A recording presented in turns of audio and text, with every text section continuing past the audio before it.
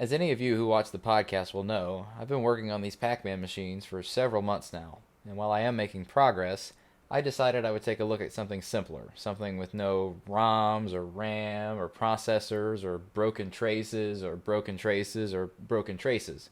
No, today we're going to look at the mechanical gumball machine. One thing I find particularly interesting about gumball machines is the fact that their design has remained predominantly the same for decades. The machines you find on vendors' routes today are identical in function to the ones you'd find 60 years ago, with some companies manufacturing machines to nearly the exact same specifications as they did back in the day, making replacement parts much easier to source. But how exactly do they work? And if they're being featured on this show, how exactly do they break? And then, how can they be fixed again? Let's take a look at some mechanical gumball machines and find out.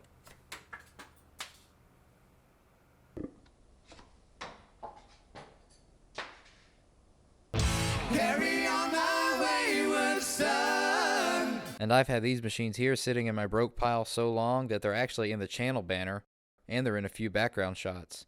So I figured it's time I actually got to them.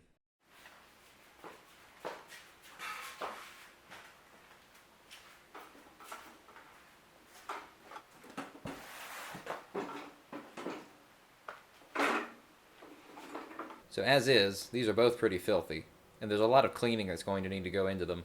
But aside from that, neither of these actually work. If I take my official coin-op corner coin cup here,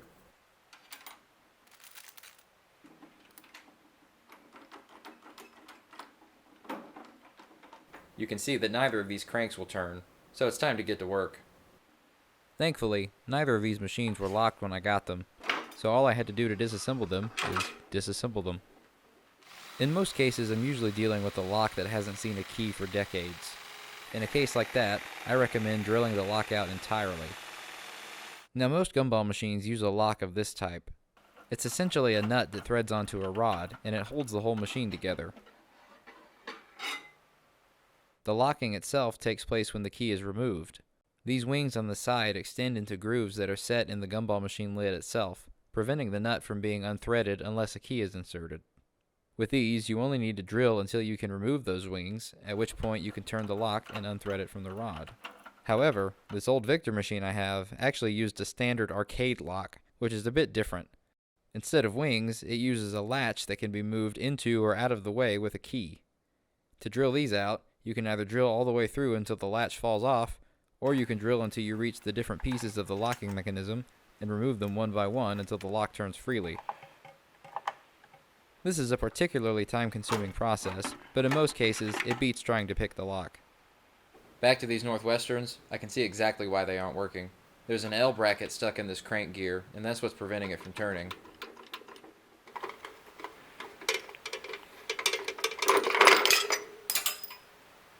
Well, now that I've got that bracket out of the way, I can turn the crank, and it completes the full cycle. So that was definitely my problem. I put the machine back together, but this time moved the bracket to the other side of that gear. That way it was actually performing its intended function of securing the mechanism to the cabinet of the machine, instead of blocking the crank gear.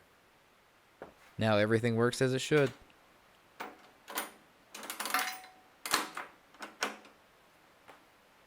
And now that I know that that's what was wrong with the first one, I'm assuming the same thing will be wrong with the second one. Yep, same issue, although this one is also missing the coin guard over the product chute there. So I'll need to order one of those in as well.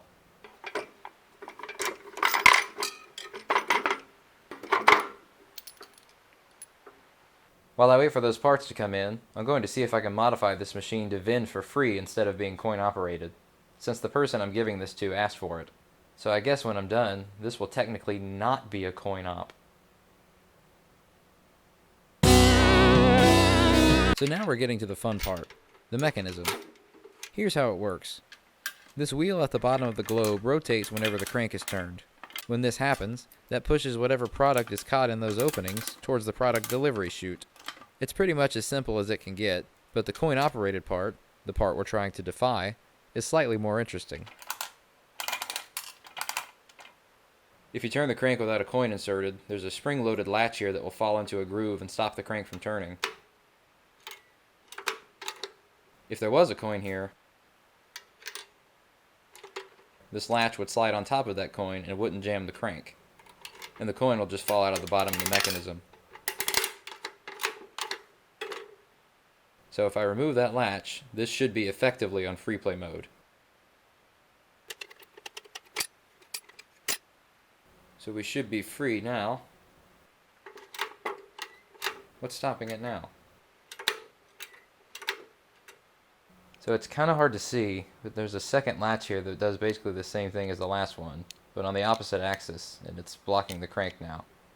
Now that I see this, it all makes complete sense. You have one latch to verify the thickness of the coin, and then another one on the opposite axis to verify the diameter. That way the machine will only vend if specifically a quarter is used. With this newfound knowledge, I went on to disassemble the whole crank mechanism. That way I could remove the second latch.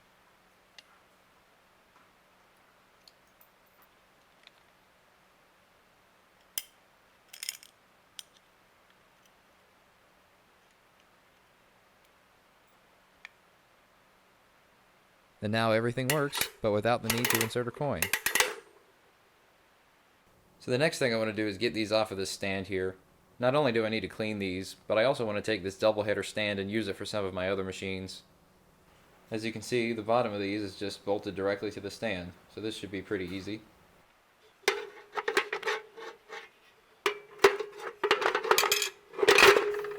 Or not. This would be relatively easy, but my ratchet can't reach the bolt, even with the extension. Wait a minute. Okay, so I found another extension, and you can tell by the plier bite marks that I was in a rough situation the last time I used it. But now, it just barely fits.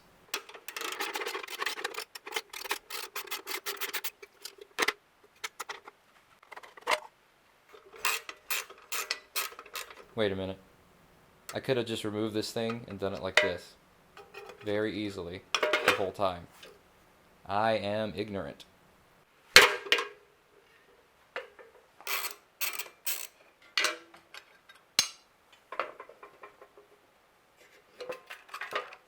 Oh, it's got some tape on it. Good grief. And that's why you don't use tape to hold your gumball machines together. And now I'm left with a pile of filthy old gumball machine parts. While dust and dirt are pretty easily removable, the biggest issue on these machines is the tape and the residue that tape will leave. So I soaked all the tape and residue in WD-40 and let that sit for a while. This all brought back beautiful memories of the time I cleaned up that Victor machine that I mentioned earlier. It had a ton more separate parts, and it was filled with candy that was probably older than I am. Some parts of the machine were so coated in melted candy that they wouldn't even separate until I soaked them in some soapy water.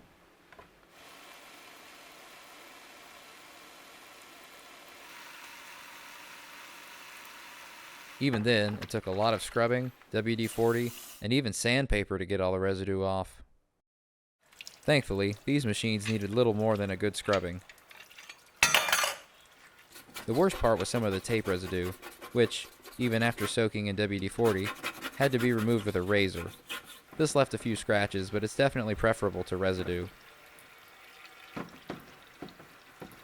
After a good old-fashioned dishwashing, I left these to dry while I moved on to the next machine.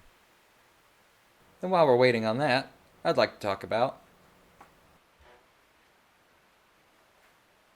this. This is the same model gumball machine, but much older.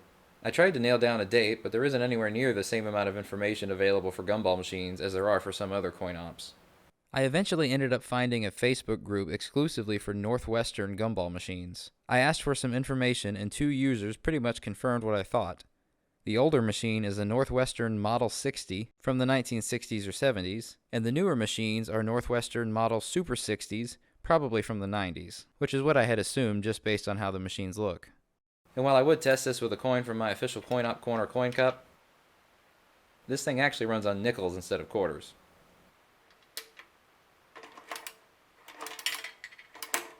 As you can see, it works, but there's obviously no candy in it. But this one unfortunately still has the lock in it, so I'll need to drill that out. This poor thing has suffered the indignity of a crooked hat far too long.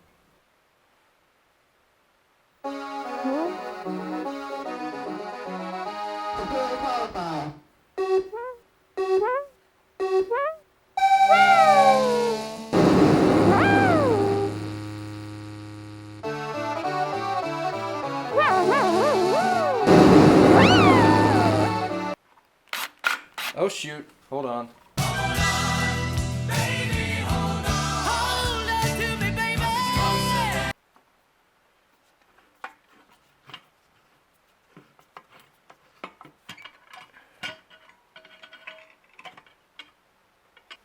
It looks like at some point somebody removed the wings from this lock, which just saved me a ton of time.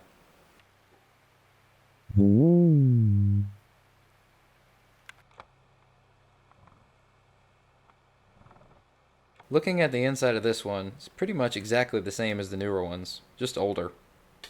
You can see here we have the same latch that jams the crank, but if you put a coin in, it doesn't.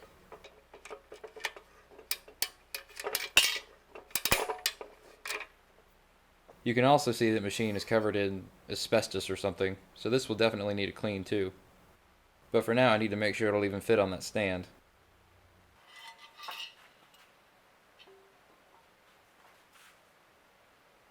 You know what I just realized? I could have just taken the sides off the darn machine to remove the bolts the whole time. I am ignorant. I just had a great idea. I've had this old Victor sitting here for quite some time, but I absolutely hate the way that stand looks. Plus I don't have any room for any more Gumball machines, so if I can't fit both of these machines on one stand, one of them will have to be sold.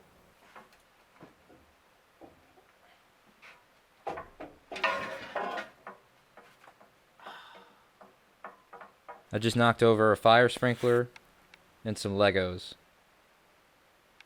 And Fox McCloud is staring at himself now, which is not what he's supposed to be doing.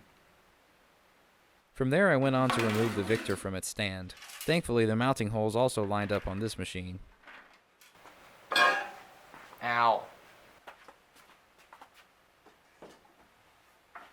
Hopefully that Pac-Man machine still fits back here now. After squeezing everything into place, I got to work cleaning up this older machine. It was pretty much the same process as with the newer machines, but with a few added parts to secure the glass globe into place.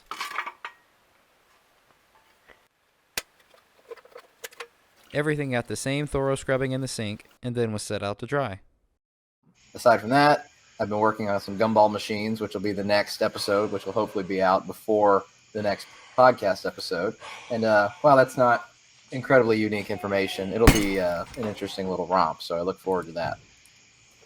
So now I've got a pile of clean Gumball machine parts over here, and a pile of old clean Gumball machine parts over there.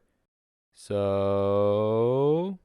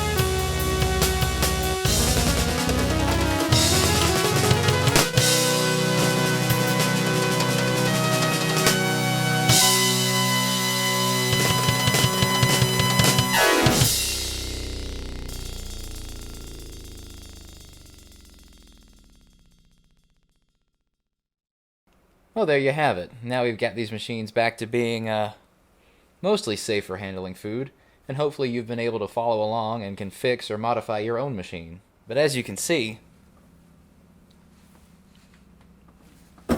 I've got far too many of these things as is. Actually,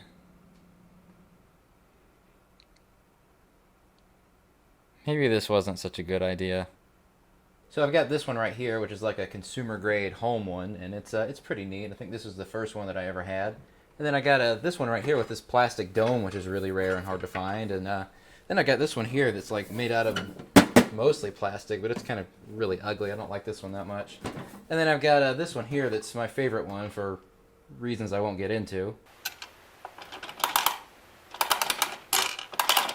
And then I've got this one here, which is really neat because it's got the two machines that are exactly the same, but on the stand, and the stand has the logo on it, and that's pretty cool because you don't see much of that anymore. Why did I buy so many of these? And I've got this one right here, which is kind of neat because it looks a lot like...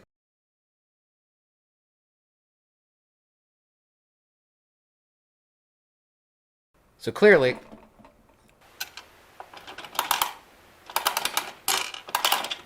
Clearly, I've got more of these than I know what to do with, so I'm going to give those two Super 60 machines away.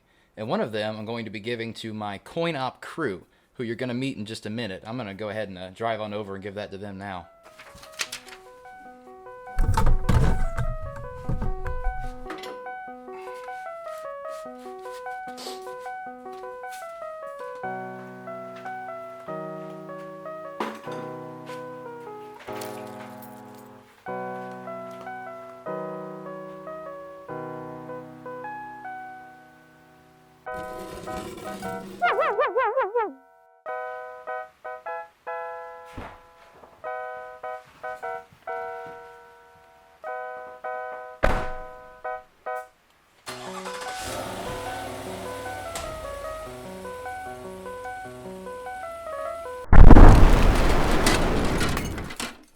Oh no.